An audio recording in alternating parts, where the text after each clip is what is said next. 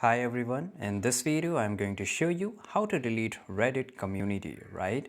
So on the top left side corner you will see this menu bar, just click on there.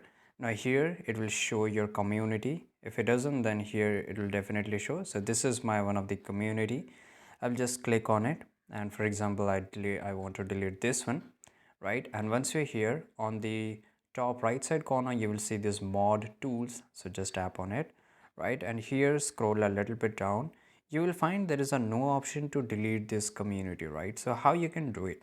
So the only way to do it, just go to the moderator, click on the editable, and you have to remove yourself, right? So I'm actually this Ronnie, and I will remove myself from here, right? So basically in Reddit you can't delete any of the community, so you can just remove yourself from that community so it doesn't come into your interface or in your feeds, right? So in this way, once you are done, just go to your settings of your phone, right? So once I'm here, now go to the apps management.